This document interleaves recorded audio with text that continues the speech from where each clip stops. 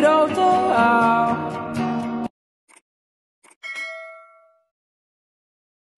good afternoon, friends and relatives.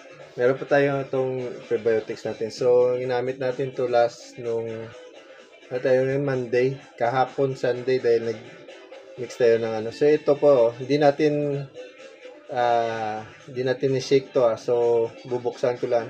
Isang araw ko to hindi nabuksan. So, yan po.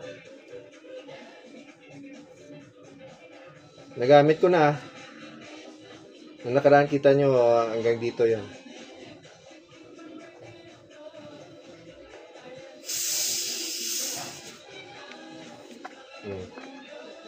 Kita nyo?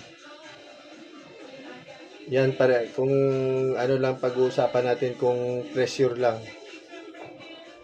Pero tandaan nyo po, yung probiotics natin na yung galon ko na maliit, tandaan nyo po, hindi ko in-empty yan. Kasi kumbaga andun yung mother probiotics niya sa ilalim. Parang sa sa mga vinegar, kailangan yung mother vinegar, meron pa rin andun sa ilalim. Yung kumbaga mga elders. So yan. Taan nyo. Yan. Diba?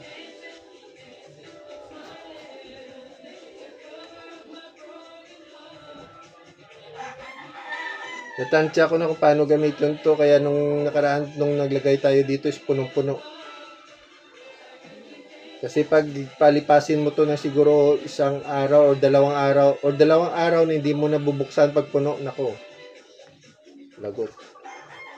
So nung mag-refill tayo, ginamit ko kagad hanggang ito, ilang araw na. Kaya yan, araw-araw pa tayo, hindi naman araw-araw pero palagi na ito ginagamit to. So ngayon dito tayo magsishake dahil di ba wala nang pressure. Yan, shake ko na siya.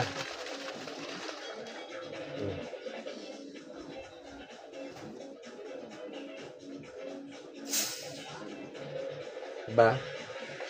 Ayan. So ngayon pwede ko nang gamitin. At least nahalo na siya. Gamitin ko dito sa patuka. Kasi yung patuka ko, ito yung binder po natin na ginagamit. Yung probiotics. Hindi lang po natin ginagamit sa tubig, is ginagamit din natin binder. So yan lang po. Thank you. Maraming salamat. God bless. Ciao. Ingat tayo palagi.